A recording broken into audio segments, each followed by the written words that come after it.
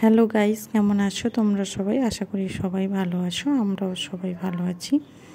আজকে গেছিলাম একটু ঘুরতে, হাজব্যান্ডের অফিসে ছুটি ছিল, বললো চলো একটু ঘুরে আসি। যদিও কোনো প্ল্যান ছিল না, হঠাৎ করেই বললো, ওই জন্য তিনজনে বেরিয়ে পড়েছি। এই যে রাস্তায় যাচ্ছি, তিনজন মানে হচ্ছে গিয়ে আমার হাজব্যান্ড, আমার মেয়ে আর আমি। বলতে বলতে ভিক্টোরিয়ার সামনে পৌঁছেও গেলাম। সামনে যাচ্ছে আমার হাজব্যান্ড আর মেয়ে, পেছনে আমি। আমাকে তো দেখতে পাবে না, কেননা আমি অলরেডি ক্যামেরার পেছনে। এই যে প্রচণ্ড রোদ হয়েছে, তোমরা তো সবাই জানো, সব জায়গায় এখন রোদ হয়েছে, কী আর বলবো। বলতে বলতে ভেতরে ঢুকলাম।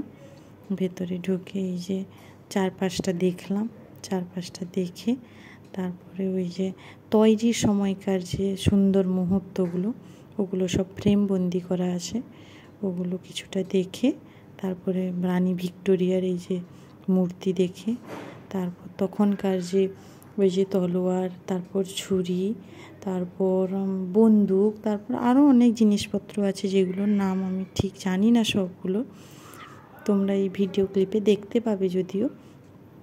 ওইগুলো সব দেখলাম, দেখে তারপরে গেলাম দোতলায়। দোতলায় এমন মোমেন্টেও আমি পৌঁছেছি, সেই টাইমেই শুরু হয়েছে তার স্টোরিটা, এই যে ভিক্টোরিয়া মেমোরিয়াল হলের story, this is there story. ওগুলো যদিও পুরোটা দেখার সৌভাগ্য আমার হয়নি, কিছুটা দেখেছি। কিছুটা দেখার পর তারপরে দোতলায় আরও অনেক কিছু দেখার ছিল, যেমন এই যে গান, পিস্তল, তারপর আরও অনেক বন্দুক, তারপর ওগুলো সবের গুলি, ওইগুলো সব দেখলাম। দেখে বেরিয়ে আসার পালা, বেরিয়ে আসলাম। এই যে বেরিয়ে এসে আমি একটু ফ্রন্ট ক্যামেরা একটু ক্লিপ নিয়ে নিচ্ছি। এসব এমন জায়গা ছেড়ে আসতেও মন চায়। ওইখান থেকে হয়ে আসলাম একটু মলে, আমার মেয়ের জন্য কিছু কেনাকাটা করার ছিল, মেয়ের জন্য কিছু জামা কাপড় কেনাকাটা করে তারপর আমি একটু এদিকে আসলাম। ওই যে ডেকোরেশনের জিনিসপত্র, ওগুলো একটু দেখলাম, একটা দুটো কিনে। হাজব্যান্ড আর মেয়ে একটু আলাদা সেকশানে আছে, ওখান থেকে হয়ে নিউ মার্কেট হয়ে এই যে বাড়ি আসার পালা।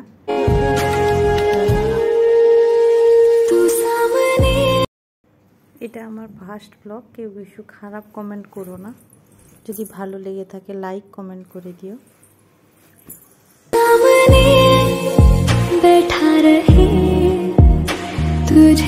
আজকের মতো টাটা, বাই বাই, দেখা হচ্ছে আবার পরের কোনো ব্লগে।